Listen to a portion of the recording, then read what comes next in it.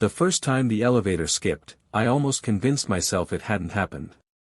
Buildings this old develop quirks, hesitations, groans, moments where the machinery seems to think before moving.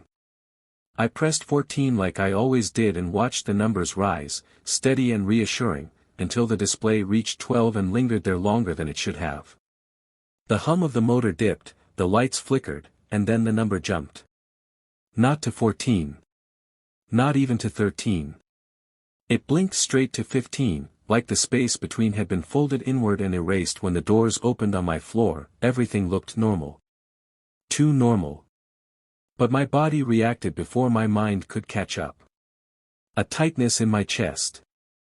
A sense that I'd stepped over something without seeing it. Like missing a stair in the dark and only realizing afterward how close you'd come to falling.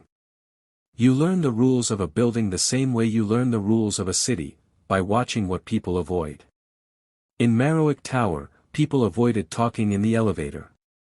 Avoided pressing certain buttons. Avoided lingering too long when the doors opened.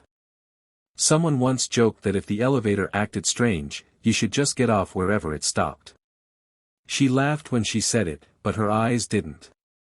I noticed how conversations died the moment the doors closed, how people stared at the floor numbers like they were waiting for a verdict. Nobody asked questions. Nobody wanted answers. I checked the directory. The website. Old brochures. 22 floors. Clean. Symmetrical. No missing pieces. And yet, behind a maintenance door near the trash room, I found a faded warning half covered by newer signage. No access, 14B. The letters were old, almost bleeding into the metal. Someone had tried to hide it, not erase it. And that felt worse. Buildings don't grow secrets by accident. It was raining the night the elevator opened somewhere it shouldn't. I was riding with a woman I'd seen before but never spoken to. She looked exhausted in the quiet way people do when they've been tired for too long. She pressed 11. I pressed 14. At 12, the lights dimmed. The display went blank. The doors opened onto a hallway that didn't belong to any floor I knew. The carpet was darker. The air colder. The lights too sharp, casting shadows that felt deliberate.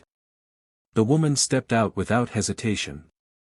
She smiled at me, calm and relieved. "It's quieter here," she said.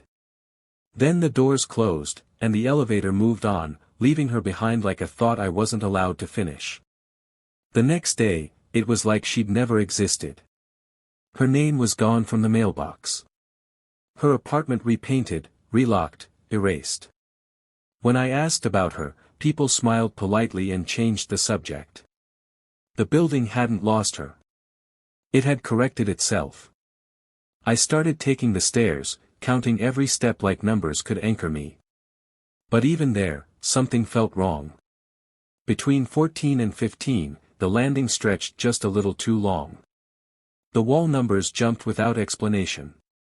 And behind the concrete, I could swear something moved, not footsteps, not voices, just presence. The building didn't care how you traveled. It only cared where you ended up.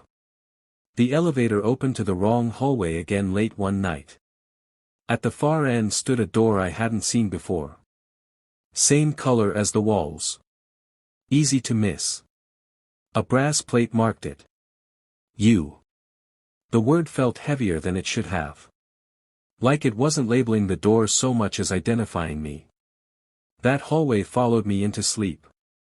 In my dream, the lights hummed softly, and the carpet rippled beneath my feet like it was alive. The door waited at the end, patient.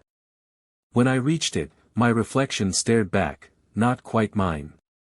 The eyes were familiar, but calmer. Certain. And the reflection smiled before I did. I woke up gripping. Nothing, heart racing like I'd almost made a decision I couldn't undo. Mrs. Hahn didn't ask what I'd seen. She told me. She said the building kept what didn't fit. That it opened when it sensed hesitation, exhaustion, unfinished lives. If it opens, she said quietly, don't explore. It opens when you're already on its mind. The technician pretended nothing was wrong.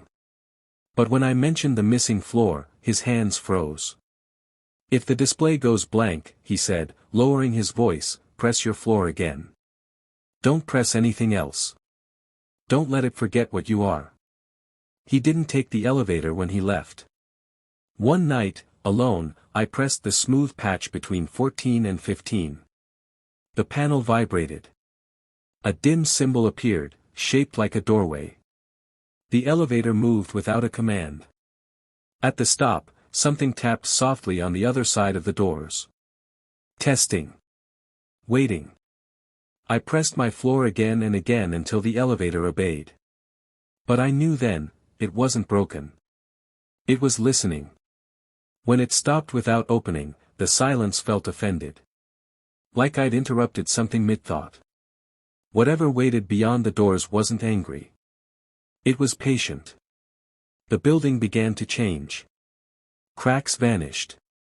People dulled. Laughter disappeared. Edges softened. It was smoothing itself, and everyone inside it. The leftovers weren't bodies. They were parts of people. A man I knew returned without his dog. Without his smile. Without anything sharp or bright about him. I'm still here, he said. But he wasn't. On the blueprint, between 14 and 15, was a gap drawn with careful intent. A pocket of nothing. Absence designed.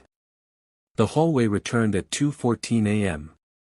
The door stood open now, waiting. This time, I stepped forward. Behind the door was another elevator. Older. Narrower. Inside stood another version of me. You finally came, it said. It spoke gently. It promised relief. To set things down. To be smooth. To stop carrying what didn't fit.